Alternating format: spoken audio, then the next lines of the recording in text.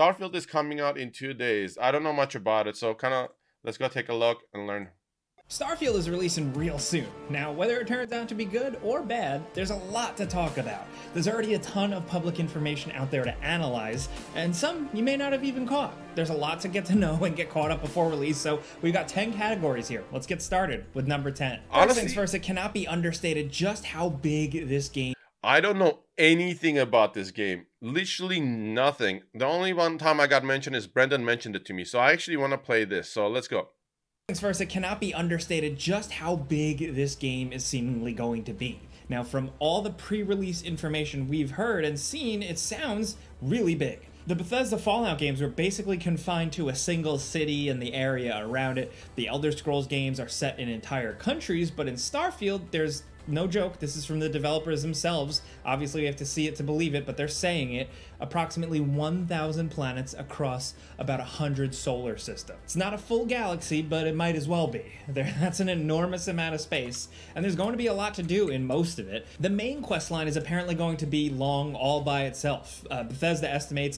Real quick, I hope this isn't like big promises like No Man's Sky, where you have this gigantic universe to explore, but there's no one else around and you're bored out. Well, it's a single player, I guess, but I hope this just sounded like No Man's Sky to me, and I hope it's not a disappointment. It's around 30 to 40 hours, which is way longer than any of their other main game quests, which, taken on their own, are actually quite short. It's everything else that usually makes their other games so long. So that doesn't sound like it'll be the case here. Even if you just stick to the main quest and avoid everything else, you'll probably still get your money's worth, if that number is actually accurate. The main story is about the quest to find these mysterious artifacts with the help of a group called Constellation, who are explorers and adventurers. The game is definitely going for a kind of classic pulp sci-fi vibe with its story and setting. It's a kitchen sink approach to sci-fi, which will let Bethesda do pretty much whatever they want in this new sandbox, I guess. Now, we know that there will be 4 major settlements. New Atlantis, the capital of the United Colonies and the biggest city Bethesda apparently has ever built.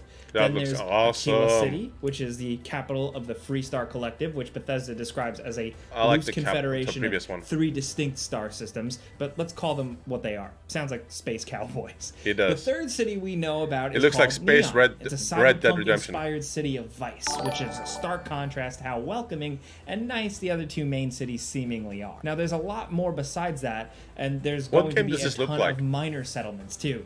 We just don't mean like generic shacks in the middle of a planet. These places are apparently still going to be pretty big and elaborate. Just from the trailers, some of these random... Each individual area looked like a different game to me. Totally. One looked like Red Dead Redemption. The other one looked like, I don't know, but they specifically have a different game feel. You know? Locations look bigger than most major it's like they got cities inspired in from other old Bethesda games. But we'll talk more about planets and other settlements in a little bit. Now, next over at number 9, it shouldn't be a surprise that space travel is a big part of Starfield, but what has constantly surprised us is just how in-depth and complex your specific spaceship can be. This isn't just like a 3D model you look at during loading screens between planets. You can actually pilot your ship somewhat, get into dogfights, travel between systems, scan, and it's all here. Now, of course, the main thing is still the regular on-foot combat that looks very reminiscent of Fallout 4, but in space, things play out very differently. According to the developers, ship combat is intentionally slow-paced and deliberate. Like, these won't be big Star Wars-esque shootouts. It's going to feel different. That doesn't mean it's basic, though. To use weapons, shields, and your engine, you need to allocate power. There's a limited supply, so you have to be selective on what you want to send power to, which is very reminiscent of the game Faster Than Light. So there's an element of strategy here where you need to power up or down certain systems to deal with... Honestly, I genuinely hate when the gaming companies do this in Star games. I love Star games. Starship games, you know, Star Citizen style, where you fly starships. And I hate it when they do a resource management style. You need to remove your shields and put power to your guns right now because no one's shooting at you. And then maybe you have forward shields, backward shields, side shields. So you have to constantly revolve the power. It's the resource management part where it takes away from the flying and gunning. It's hard to just enjoy the flight of it. while you're just trying to manage resources. I wish they had an AI. This is the freaking future. Can't they have an AI manage the resources? And whenever I see this, it kind of ruins the game for me a little bit. For me specifically. Specific situations.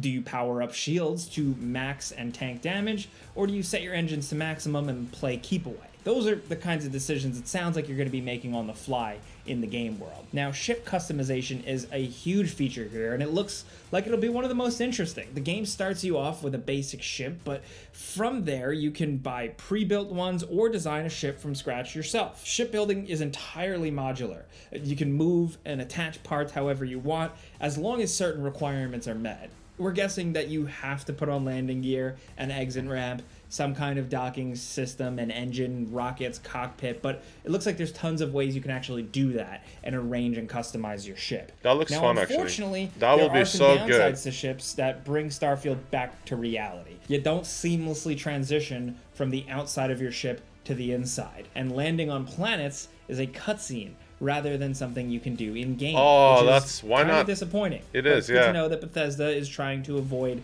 setting up unreasonable expectations here. At least they've been upfront. Now, space. Why can't you do that? Can you do low-level flying, low-altitude flying, just glide across the Earth and enjoy it? Or is it as soon as you come close to a planet, it just puts you into that immediate cutscene? Space isn't just a place where you fight and go to planets. You can also hail other ships and engage in acts of piracy, among other things. Also, you're not flying alone. Exactly, Along Chunky. with 20 named companions you can get, there are also crew member NPCs you can hire as part of your crew who have unique stats and skills which can augment your own. So if you're not a very good pilot, you can hire an NPC that's an expert pilot to help improve your ship combat. Can I hire... The feature... Wait, can I hire a resource manager so I don't have to do the crazy shield thrust or... It just... Yeah. that we're most interested in, of course, as we've said, is the ship customization, though. It looks surprisingly complex, even for a Bethesda game after base building of Fallout 4. So we really want to see if it's as open-ended as it looks in the trailers. Oh my now, god! Next over at number 8, let's talk planets. Did you notice what that was?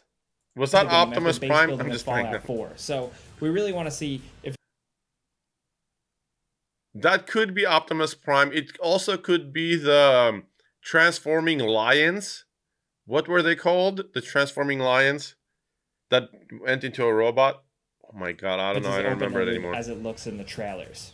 That looks awesome. Next over at number 8, let's talk planets. You know, all those 1,000 or so planets, they're not just there for show. You can actually land on and explore most of them. While you're in planetary orbit, you can scan for resources and select a landing location. Yeah, this isn't Mass Effect 2 where you gather resources from orbit. You can actually land on most planets where you can wander around, find hotspots, scan plant life, deal with hostile aliens, and just explore. Planets look to vary wildly in atmosphere and biomes. Some planets have thick forests, some are frozen wastelands, others are just empty, blasted moons. It all sounds too good to be true, but keep in mind that most planets out there aren't handcrafted. They're actually procedurally generated. Oh, okay. It only makes sense considering how huge planets actually are and how many of them there are. But don't go to any random planet and expect to find something completely unique and special if you land in any random spot. Like, that's just speculation from our part. Like, we doubt that Bethesda's gonna make some incredible handcrafted thing and hide it away on a planet that statistically 99% of players aren't. It would be such a waste of their resources if they did that. Can you imagine? But it would be such an amazing Easter egg. Check out all these planets. The base building. It would be the coolest Easter eggs if they actually invested the time to maybe populate 10% of the crazy planets. I mean, it would be amazing. Hi THF, how you doing? Hi SD Ninja. You used to watch me when you were 9, now you're 17. Oh man, graduating high school soon, huh? Well, thanks for coming back and being a supporter till back then and now. Is back from Fallout 4, but it looks much stronger here. On any random planet, you can start building your own base that can be used as a shelter, a place to store items, and also build machines that can mine the planet and generate resources. Your space base needs power to function, so like Fallout 4, this is a more complex system than in many games, but hopefully the power stuff is a little less fiddly this time. One very cool new feature is that you can go into an isometric view when base building to make it... I was right about to say it. This reminds me of SimCity style building, right? Totally. SimCity style building and resource area allocation. And look, top-down style building. Yeah. Easy to snap parts together. This looks great and should make it so much easier to build the large parts of your base, just from being able to see it in relation to the environment. Although this looks epic. Now, like your holy crap. If this is my base and I built it like this and I'm able to customize it, oh my freaking god, this is going to be amazing. This looks epic right now. I hope it's something like this. I hope it is. I got a feeling it might not be, though. I hope this isn't over-promising. I genuinely do. This looks amazing. I would be so happy. NPCs can also be hired here to staff your bases and run them for you, sort of like the settlement system from Fallout. In many ways, the base building looks like a continuation of the ideas in their other games, but it looks like it'll be even better here. Oh, yeah, and if base building isn't your thing, then you can still buy houses in this game. The major cities all sound like they have places to buy where you can rest and store your loot. Some of them even have quests connected with them, so there's even more of an incentive to buy houses. So what game does this look like? What game does this look like, guys? So there's even more came out a few months ago. Frick. This reminds me of a couple different games. I just can't remember the name of it. Incentive to buy houses. So it sounds like if you're trying to live out your life in the game, Bethesda will accommodate you.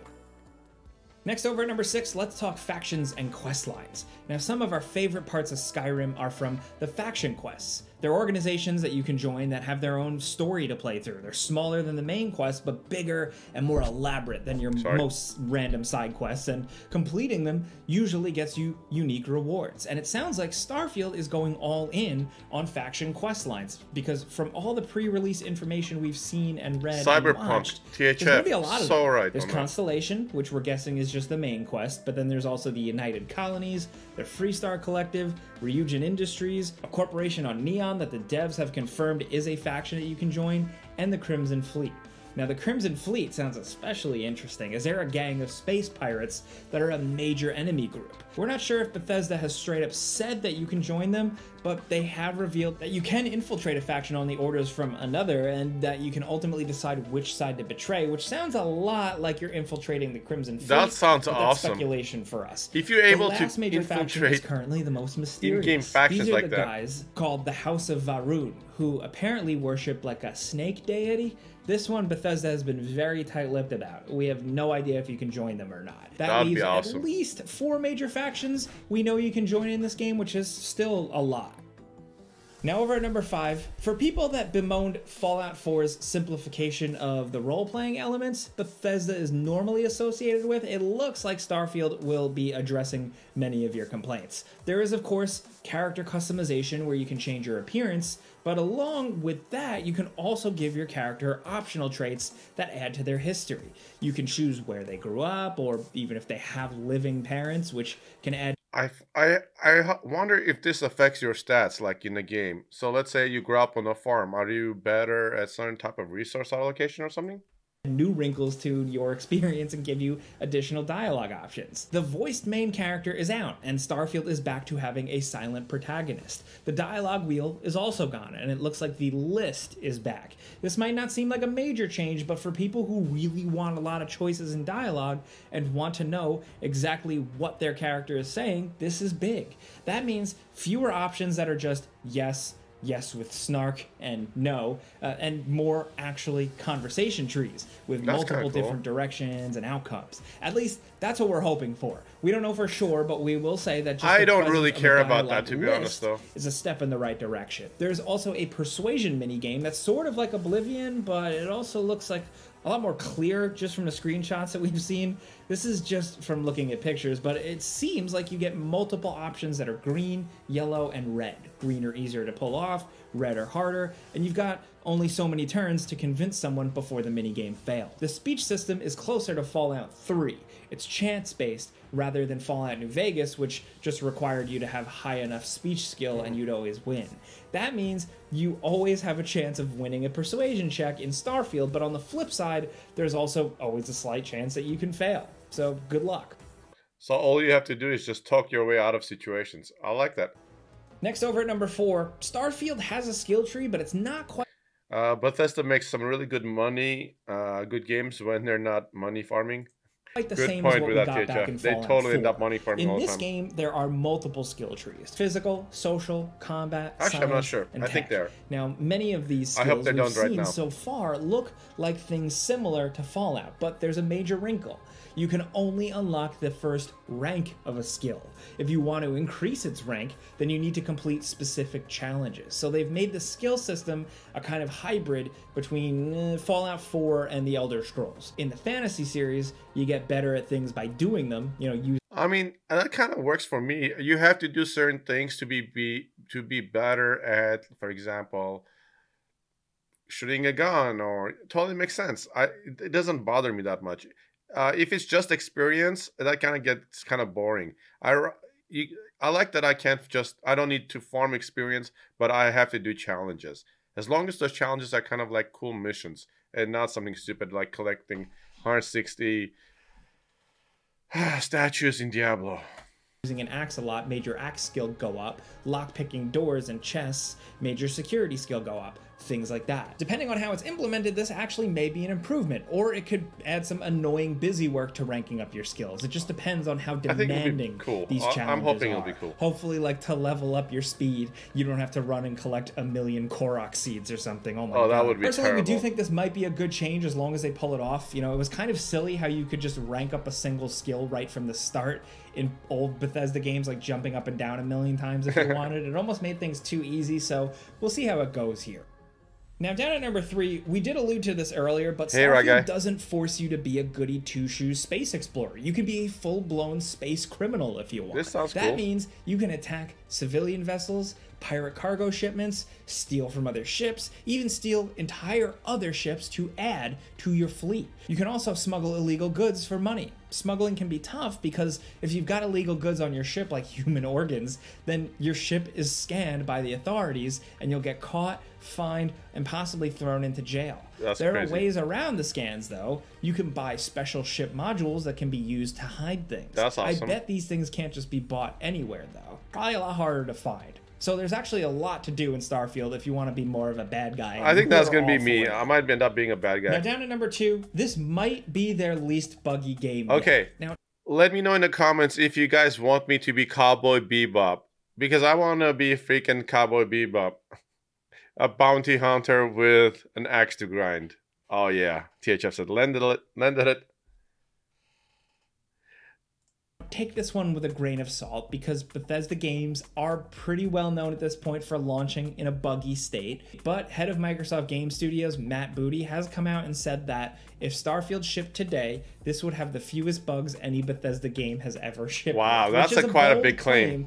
But one that we're at least a little inclined to believe. We know the game has seen some large delays from its initial release date of November 2022. And a big reason they've always given for pushing the game back was for polish reasons. Now that Bethesda is owned by Microsoft and is now an Xbox console exclusive, there's even more pressure on the game to not only be good, but to break the stigma that Bethesda games are buggy. Yeah, we know. Todd Howard also said that Fallout 7...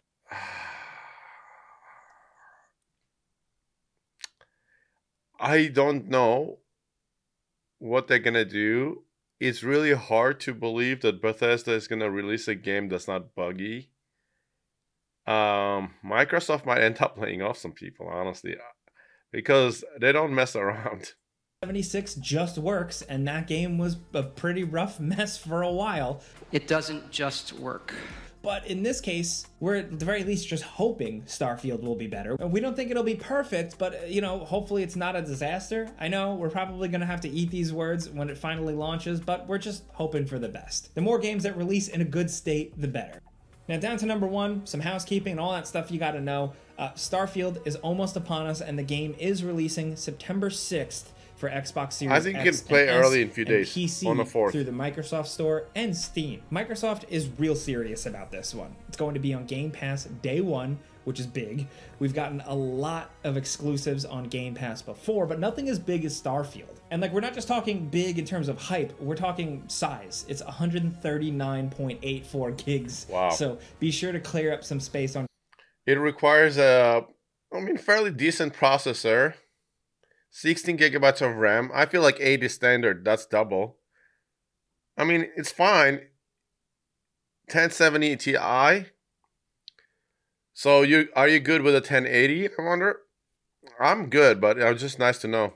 Your hard drive, because you're going to need it. Now, September 6th may be the real release date, but for people who buy the premium edition, you get early access to the game and can start playing it 5 days earlier than everyone else on September 1st. So we stream leave it up it to you to do the cost-benefit analysis on that one. Everybody's different, but that's everything you really need to know, everything to get caught up on. But we got a bonus one for you. We wanted to highlight that power at the end of the gameplay deep dive video in that official gameplay deep dive trailer thing. You can look it up on YouTube. This looks amazing, guys. 41 minutes, 43 seconds. What was that? It looks like you hold up your hand and cause all the enemies to start floating, or what like, the are there hell? special powers to unlock in this game? Do you get some kind of space magic as part of the main quest? We don't know what's going on, but it seems like a cool tease, and we knew we had to mention it. Maybe they'll bring back Fusro Da, but in space. Who knows? But that's everything you need to know about Starfield before you get your hand. All right, guys, it's coming out literally in a few days. Should I get the game to stream it and do a campaign? I think it looks good. I think we should give it a try. I think we should define what a try is. That was a great video. We learned a lot. 10 episodes. We stream 10 times. If it's not good, we grab a different game.